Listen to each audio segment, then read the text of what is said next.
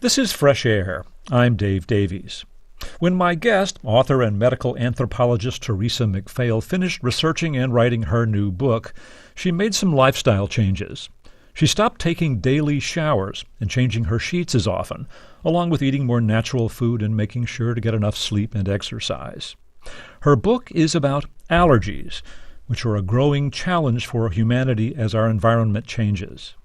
In the U.S., nut allergies in children, hospital admissions for asthma, and prescriptions for EpiPens, which treat extreme allergic reactions, have all tripled in recent years.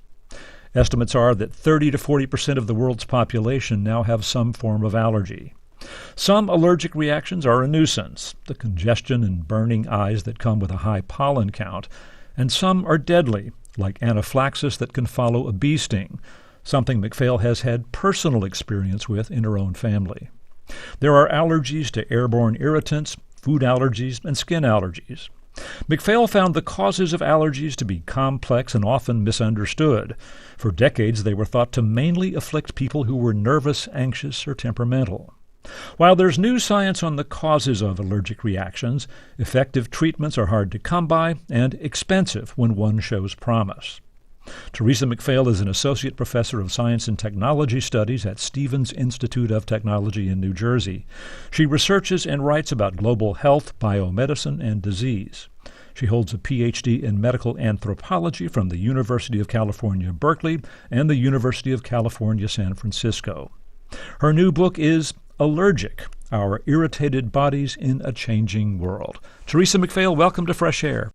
Hi, thanks for having me. You take us on quite a journey through the world of allergies and how they are changing. You open the book with a story about your father. Why don't you share that with us? Sure. So let me set the stage a little bit. It was 1996, which is going to be important in a second, and my father was in his car with his girlfriend at the time and had stopped at a stop sign. And it was a summer day, late August, and so he had the window rolled down because he happened to be an inveterate smoker. And a bee, just on its daily pollen-gathering trajectory, accidentally flew into his window. My father got confused. The bee ended up stinging him right in the neck, and that set a whole cascade of biological events in process. So basically, an allergic reaction, an anaphylactic reaction, is a little bit like you've seen the nuclear reaction examples of the ping pong ball. It's similar in your body. One of a few cells in his neck noticed that the bee venom was in his neck, didn't appreciate that. Most of our cells don't, and sent out cell signals called histamine. It's just a little compound that cells send out when they're damaged or stressed. And that sends every other cell around it into a similar pattern. And so before long, my father's cells were just emitting histamine, and histamine does a lot of things in your body. It is one of the reasons you get mucus in your nasal passages. It can constrict the muscles around your lungs, so my dad started to have trouble breathing. It can swell your tissues, so his neck started to swell up, so he couldn't get air that way either. And it also dilates your blood vessels, which ends up crashing your blood flow to your heart. So often people can go into cardiac arrest during an anaphylactic event. And unfortunately for my father, he was sitting in the cab of his car the entire time, sitting upright, and so within 30 minutes he was dead on arrival at the hospital. His girlfriend did drive him to a drugstore, which was the closest medical assistance in our area. We lived in rural New Hampshire at the time, and hospitals were going to be 30 minutes, an hour away. But at the time, laws were in place that the pharmacist could not give my dad a life-saving injection of adrenaline or an EpiPen injection. His hands were tied, and at the time, most ambulances, because this is pre-food allergy spike, so anaphylaxis was, I wouldn't say incredibly rare, but rare enough that most EMTs just didn't have an EpiPen on hand. And so the ambulance didn't have an EpiPen either, so they basically just had to try to stabilize him and keep him alive to the hospital, and it didn't work. So my dad died that day within 30 minutes of being stung by the bee. That was a long time ago. Was it something that drove your interest in allergies? Yes, but in a circuitous way, because at the time I was very young. I was only 24 years old when he passed away. And it was quite a shock because we knew he had maybe a mild allergy to bee stings. He had been stung a few times in the past that we knew of, and he had always reacted. But it was quite a shock, and I think that I always have been nervous if I too might have a similar reaction, if such a thing could be inherited. But for years, I kind of just panicked whenever I saw a bee at a picnic or went walking through the park. But other than that, I didn't think much about it. That was until I started getting allergic reactions myself to things like grasses and tree pollen. And then I started wondering if I had inherited those tendencies, if all allergies are alike. And that really got me started on unearthing not just what happened to my dad, but what happens to millions of people around the world when they come into contact with something that their immune system just has decided that it shouldn't be there. It just decides it doesn't like an otherwise harmless substance. All right, so we'll get into some of the science here, but what symptoms do you have from allergies yourself? Luckily, I'm pretty mild, so my allergies are seasonal and respiratory allergies. I have them all year round. I'm an interesting case because I cannot be tested for what I actually am allergic to, and that's because I have historically low levels of the antibody IgE, which is the antibody that actually reacts to allergens in your body. So I have a localized reaction, so I will get itchy eyes and I will get stuffy and runny nose and a sore throat, but there's no way to tell because my skin and my blood both don't react to whatever it is in the air that I react to. I've had to guess, basically, based on pollen counts that are released daily. So if I'm reacting, I'll look at the app like many of us do and try to figure it out. It's like I'm a detective trying to figure out what's going on with me. Speaking generally, allergic reactions are a product of our immune system, right? I mean, what do we know about why our immune system, which protects us from disease, sometimes reacts to bodies in a way that, gives us these troubling symptoms? It's a really interesting question. I think a lot of people in general are confused about what an allergy really is and what a sensitivity is or an intolerance is. And the basic difference is that your body can react to a whole host of things and the symptoms can be similar. But with an allergy, it's really triggering your immune system itself. So your immune cells, there are, billions in your body, they're reacting to foreign objects that it comes into contact with. So that can be anything from a tree pollen to a dust mite.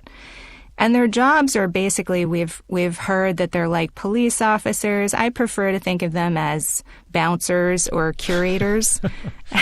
Their job is to kind of scan the crowd and make split-second decisions about whether or not that thing is okay to hang out or can become a part of us in the case of food or needs to go in the case of a virus. And then what happens when pollen comes in, for example, or ragweed?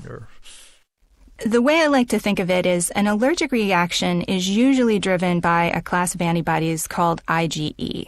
And if you think of we usually hear about T cells, which those are the police officers of our body. They're constantly circulating and finding things in our body that shouldn't be there.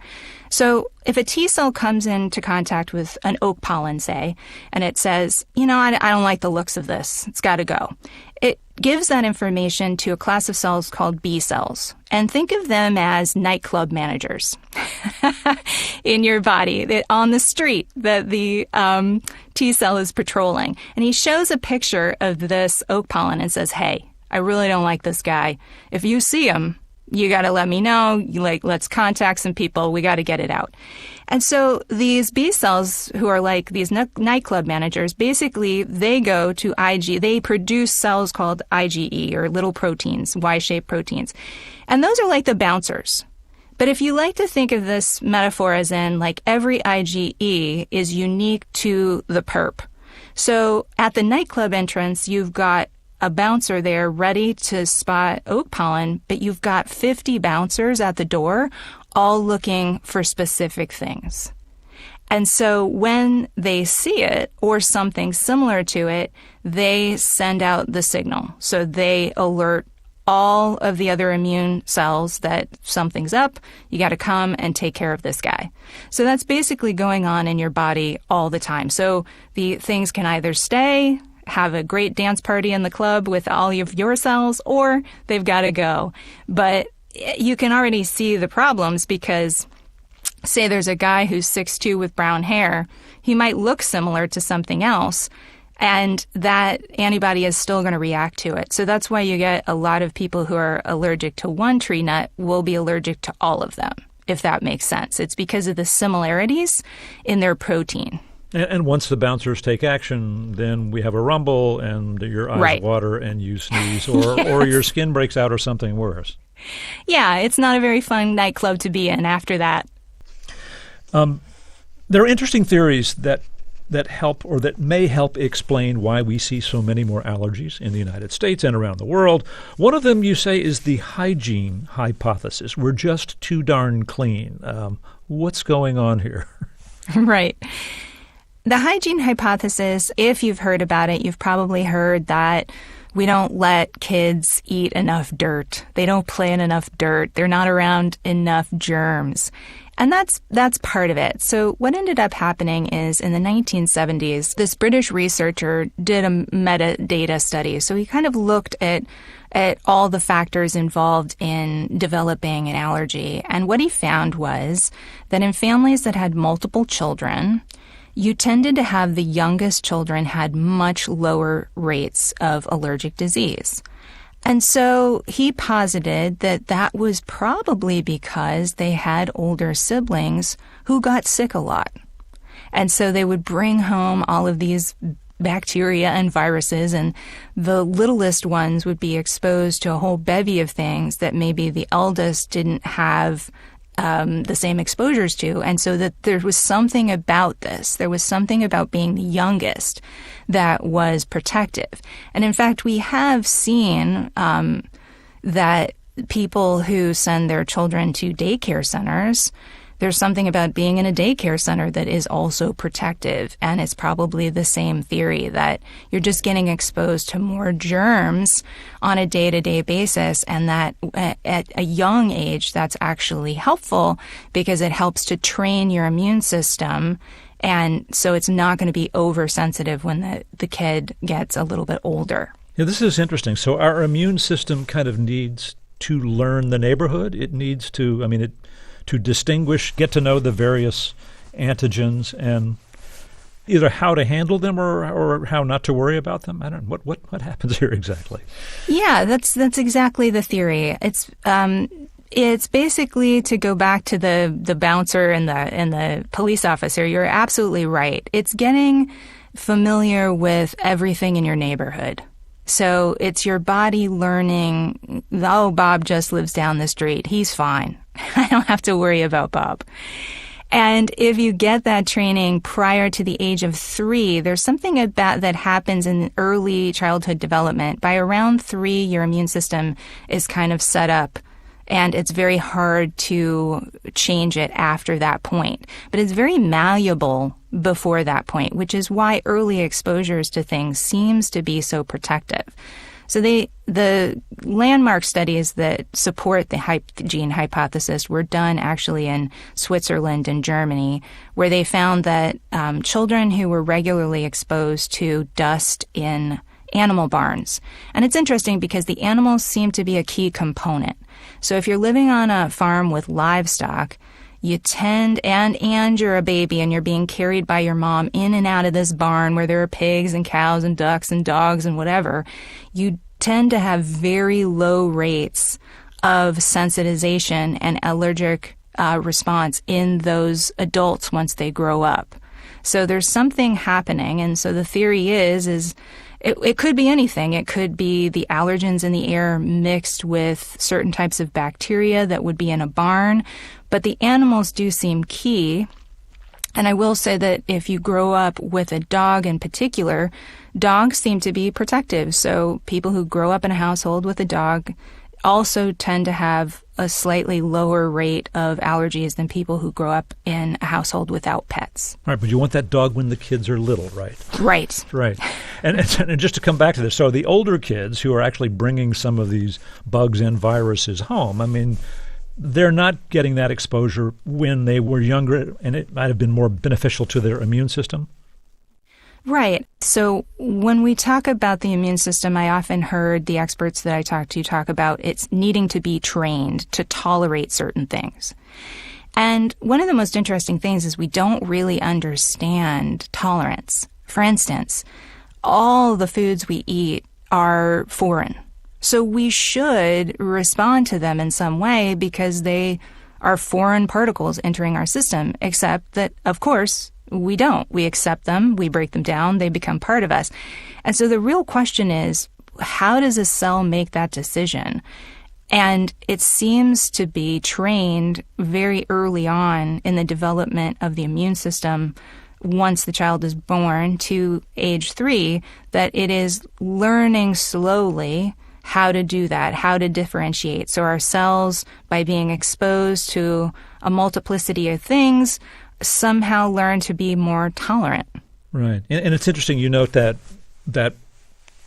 peanut allergy can be a serious problem for kids, and that for a long time parents were advised to keep their kids away from peanuts when they were little. Turns out to have been exactly the wrong advice, right?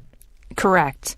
And it's unfortunate. So prior to 2016, when the advice changed, we were, as just normal best practices, telling parents to not only avoid certain allergenic foods like peanuts, strawberries, eggs, milk when they were pregnant, but also to avoid giving them to their younger children until after the age of 3.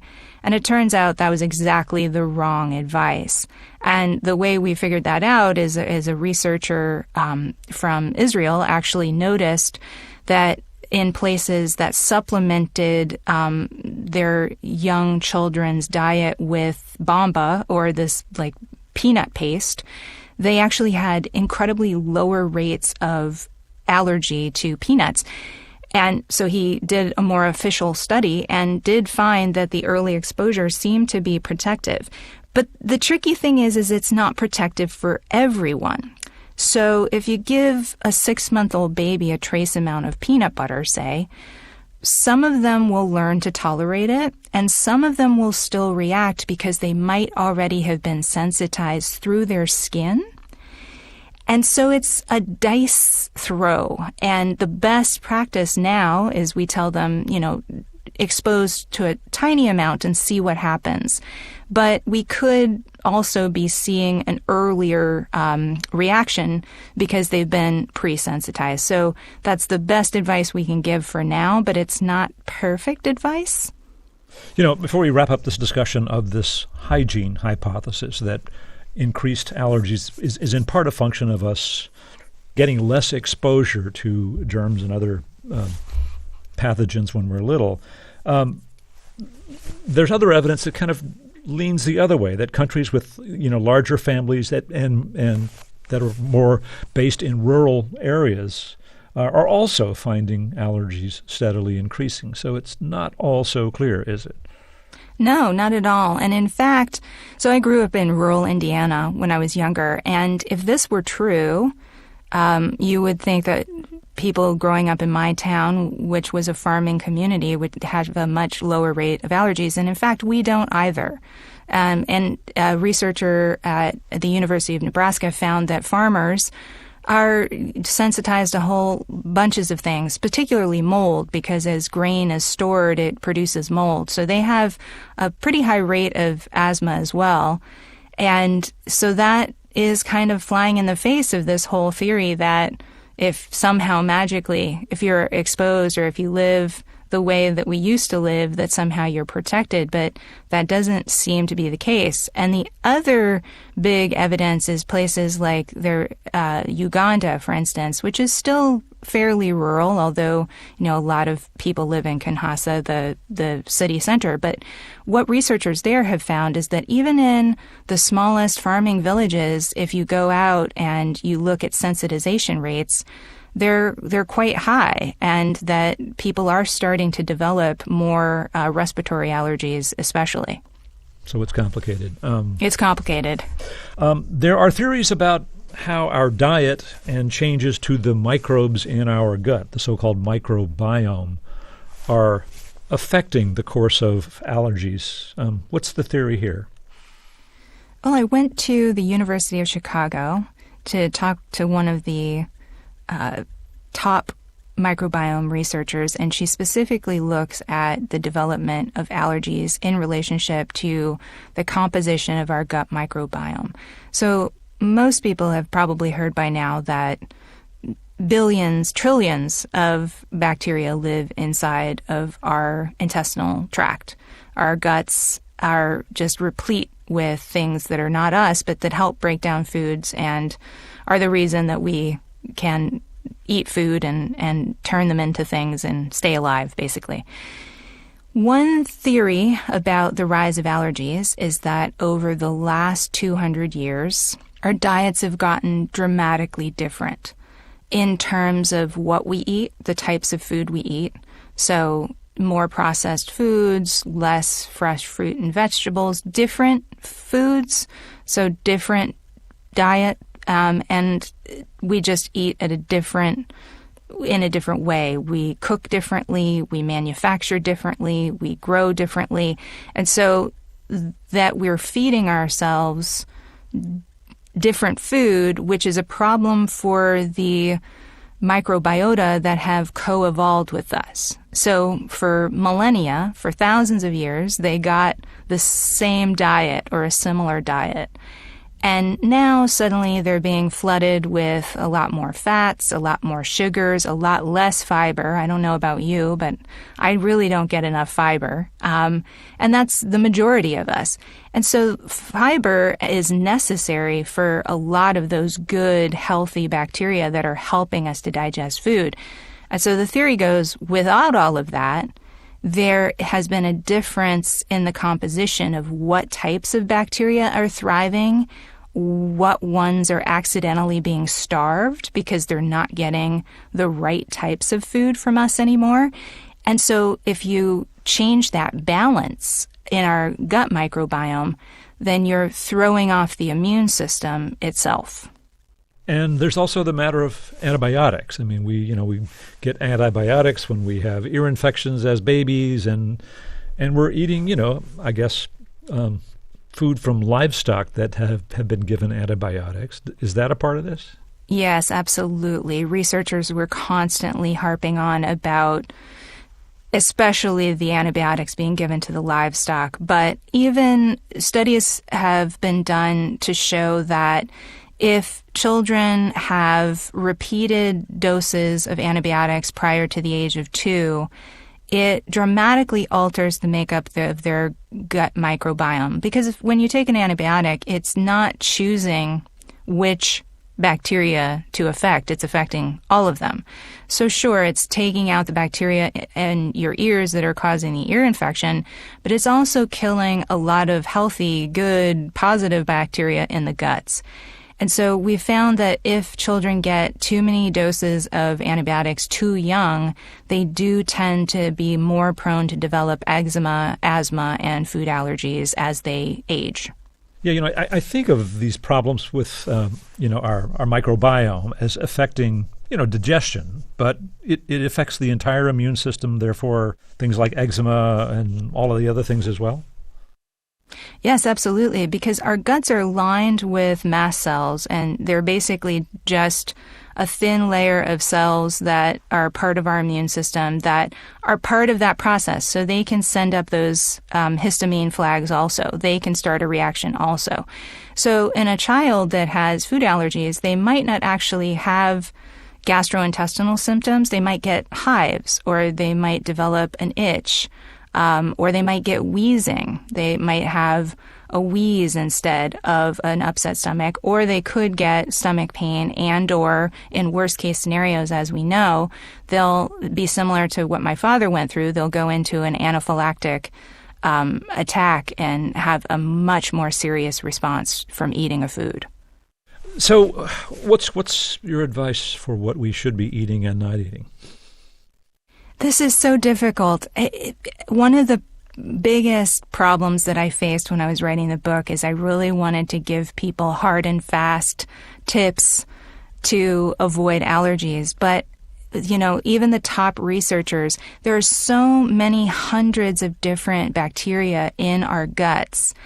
And right now we're only starting to tease out which ones might be crucial to us maintaining a balanced equilibrium of our microbiome that leads to a healthy immune system. So things like taking probiotics don't really work because they're only a few strains of bacteria, and we're not sure that those are the key strains that help maintain that equilibrium. The best advice that I was given over and over again is just to eat more whole foods and more fruit and vegetables. So getting more fiber is key. So I'm not a huge vegetable fan, but I have made a concerted effort to make sure that I'm having something green. I've upped my intake of fruits. I eat whole grains now. I grab brown rice rather than white rice. I'm doing my best to try to give a wide variety of foods to a wide variety of bacteria. This idea of keeping a diverse microbiome kind of dovetails with the idea we spoke about earlier of getting introduced to a lot of germs when we're little. The idea that you don't want to be overly clean. The kids should eat a little dirt maybe, and bring that kind of diversity. Is it thought that bathing too frequently or using a lot of detergents is a bad idea? Is that why you've decided you're not going to bathe every day now? You're not going to shower every day? I'd just like everyone to know that I'm perfectly clean. It's not a problem. I usually try to wait every other day. I mean, there will be times, obviously, we're coming into the summer months. It's harder. It gets harder to make that a reality. But yeah, the gut microbiome is only one part of this story. The other is your skin microbiome. So there are lots of organisms living happily and healthily and helping our skin out also. And if you'd like to think of your skin as part of the immune system, you should. Because it's basically the first line of defense. It's what keeps things out, mostly. And what we've found is if you use harsh detergents, if you put a lot of things on your skin, you are either stripping the skin of some of those natural, again, you're killing off the good bacteria, or you're disrupting the delicate balance between fungi and bacteria on your skin, causing a huge problem, or you are just adding more things that the immune cells in your skin have to deal with. So probably most people don't realize that there are 85,000 chemicals on the Environmental Protection Agency's Toxic Control Substances Act watch list. Boy, that was a mouthful. But that's a lot of different, chemicals that we've introduced into our environment that we're inhaling or that we're coming into contact with through our skin or eating. I mean, there have been lots of research on, I think, I read something the other day that we eat about a credit card's worth of plastic every week. So we're just coming into contact with all of these things, and our skin is a barrier. And so one of the theories of allergy causation is barrier hypothesis. So if you have a quote-unquote leaky skin, so if your skin is more porous or is irritated, things are more easily going to get introduced into your immune system, and possibly your immune system is going to decide that thing is not great. So leave your skin alone, let it breathe a little, right? But my dermatologist says sunscreen all the time everywhere and plenty of it. Is this contradictory advice? Well, it's a Scylla and Charybdis situation, I think. Skin damage from sun rays is serious and can lead to increase in cancers. Are all of those chemicals confusing our immune systems? Probably. But it's really hard to tell people what's the right thing to do. I think erring on the side of caution and there are some sunscreens that are made for sensitive skin types. Those are probably better than ones with a lot of perfumes in them or a lot of excess dyes or other things. So just being more careful about what you put on your skin or what you expose yourself to. All right, so good old long sleeves and hats maybe instead of... Right, that's great. Right. One of the things that you said you're also doing less of is you're changing your bed sheets less frequently. Why is that? Well, it's a delicate balance. We don't want to let dust mites get out of control, but our skin, the natural bacteria that's just in our environment that we track in throughout the day, it's not a bad idea. It's, again, just exposing my body to a panoply of things. So I tend to change my sheets every other week instead of every week, just to let my body get a little bit more exposure than not, and while still keeping things like dust mites in check. One of the things you say in here is that our pets are, in a way, canaries in the coal mine, those which alert us to of a coming danger. What do you mean? Well, I think the fact that we are doing something that is also affecting our pets is the best evidence we have that we're really causing allergies, full stop. And what I mean is, if there's no evidence that we have, that we know of, that any animal in the wild develops allergic responses.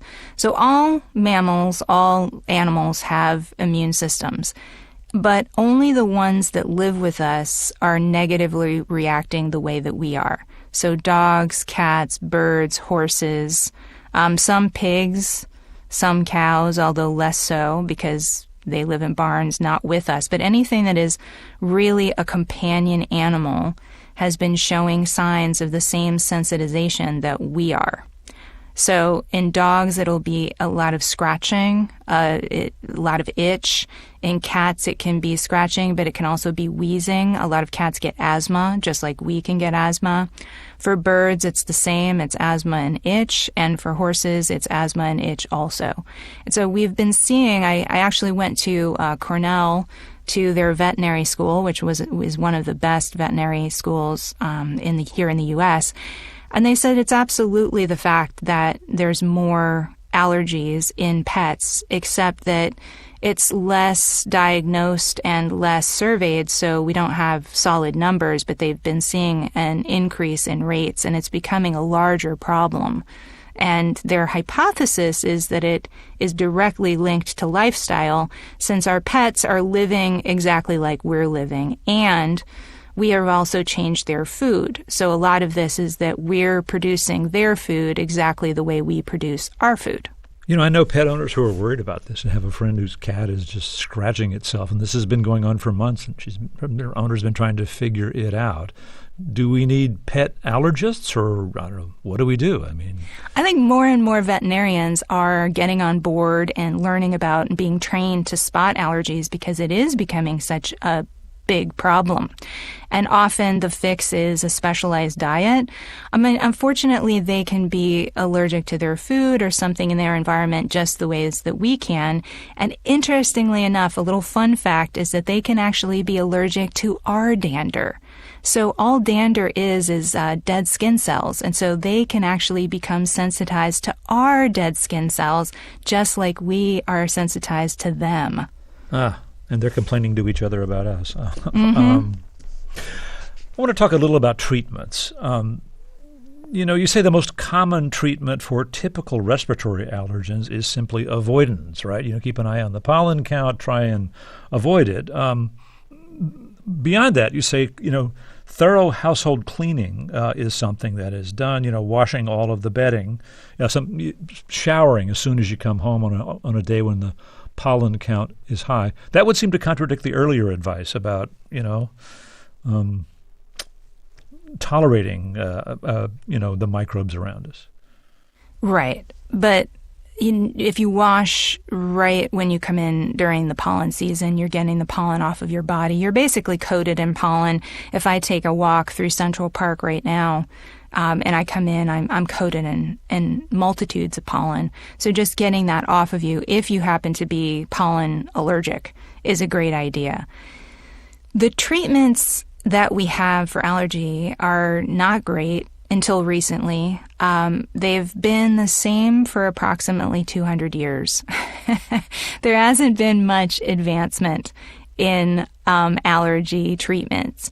And avoidance or stopping the reaction before it even starts is the gold standard. So, but that's increasingly difficult. Like, where are you supposed to go if you're allergic to tree pollen? I mean, I guess you could move to the desert, but even as I discovered when I was researching this book, the desert, they have their own problems right now. I mean, Bermuda grasses and certain trees that we've imported into the desert. So there really isn't anywhere to go to escape some of our allergy problems or our allergens. Yeah, plus we love trees. Yeah, exactly. I know, I don't want to sound like I'm down with trees. Yeah. I love trees. Somebody pointed out that in some cases, municipalities, when they import and plant trees, will plant all, do I have this right, all male trees, and this can create a problem? Are you aware of this? Yes. So because female trees, they tend to be messier. So they have, seeds falling and things like that. So they're harder to clean up after. And so for years it was thought, oh, well, let's just have the trees that don't have that problem, except that they're pumping out pollen to pollinate the female trees. And so you accidentally got this imbalance of pollen producing trees that I'm not actually sure. One of the most interesting things is that I couldn't get anyone from any parks department to talk to me. Because I wanted to know, do you still plant the same way? Like, if you're planting trees now, I constantly am seeing new trees being planted in my neighborhood, and I want to know, are these trees that produce a lot of pollen? Like, have you thought about that? And I couldn't get anyone on the phone, so I have no idea if we're still making the same mistakes. Probably yes. A few other things I wanted to get to. Seasonal allergies can be annoying, but are there long-term effects from dealing with them or treating them, year in, year out? Yeah. One of the most interesting things when I was researching this book is, so I would ask to talk to regular people about their allergies, and everyone initially was like, why do you want to talk to me about my hay fever? That's so weird. And I was like, well, I want to understand how you live your life with it. And it was almost like being a priest, because once they got talking, it was like I was in a confessional booth. And these things really do affect the quality of people's lives. That is something that I absolutely learned in the 5 years I was researching this book. It doesn't matter if it's a mild allergy to a severe allergy. Everyone's basic quality of life suffers when they have an allergy. First of all, you're spending a lot of money on treatments. So you're taking Zyrtec or whatever you're taking, your antihistamines. You're buying them, you're taking them on a regular basis. You're buying air purifiers. You're doing all of these things. You're buying allergy-free foods. If you've got food allergies, you're spending a lot of money. The second thing is you just don't feel well. You don't feel at your best. So most people with mild allergies don't sleep well. So their sleep is affected, which means they're not as productive. Their mental health suffers. Like, most people with a moderate allergy have some form of depression or anxiety. We can say that that's correlation and not causation, but if you're constantly lacking sleep and you're constantly not feeling your best, that it takes a toll after a certain amount of time.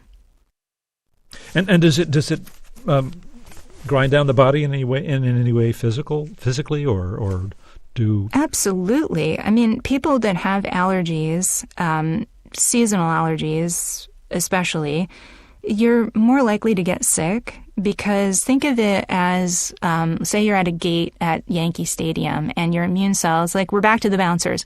The bouncers are there. Everybody's there trying to stop viruses from coming in. If millions of oak pollen particles are trying to come in and you're dealing with them, are you really going to spot the SARS-CoV virus when it comes in? No. Your immune system is distracted. It can only do so much. And so if it's busy responding to one thing, it could lead to you missing something else. So we really want healthy immune systems. That being said, I will say a little positive. There's not much positive here. One of the things I'm really aware of is when I talk, it can sound pretty depressing, but people with allergies, actually, you should feel happy because your immune systems are strong and functioning. And it turns out that people with allergies actually can have lower levels of certain cancers like gliomas, partially because your immune system is so strong and it's on the alert. So there's downsides, but there's a small upside. You know, it's in the book you say that in some way maybe you embarked on this quest to study allergies because of your father's death to the anaphylactic shock from a bee sting. And heaven knows you learned a lot. I mean, do you feel that you came away with any particular new perspective or insight about his death? I do. I started off simply wanting to know why him. So millions of people are stung by a bee every year, but very, very, very few of them will die. And so I really wanted to understand why. And I think with any tragedy, that's the case. But what I ended up learning throughout the research is that there are so many things that intersected that led to my father's reaction. You know, he had his window down because he was smoking. And why was he smoking? Because he was stressed. And why was he stressed? Because he was trying to make a living in a capitalistic society. And, you know, stress had a lot of role to play in how he ate. So he didn't take particularly good care of himself. He drank too much bourbon and ate too many steaks. And so, you know, those kinds of factors really are at play, and we are really all interconnected. And so I think by the end, I had realized that allergy is an individual biological problem, but that's not all it is. It's also a community problem and a very much deeply a social problem. Well, Theresa MacPhail, thank you so much for speaking with us. Oh, thank you. I've enjoyed it. Theresa MacPhail is a medical anthropologist who writes about global health, biomedicine, and disease. Her new book is Allergic, Our Irritated Bodies in a Changing World. To keep up with what's on the show and get highlights of our interviews, follow us on Instagram at NPR Fresh Air. Fresh Air's executive producer is Danny Miller. Our senior producer today is Roberta Shorak. Our technical director is Audrey Bentham. Our interviews and reviews are produced and edited by Amy Sallet, Phyllis Myers, Sam Brigger, Lauren Krenzel, Heidi Saman, Teresa Madden, Anne-Marie Baldonado, Thea Challoner, Seth Kelly, and Susan Nyakundi. Our digital media producer is Molly C.V. Nesper. For Terry Gross and Tanya Mosley, I'm Dave Davies.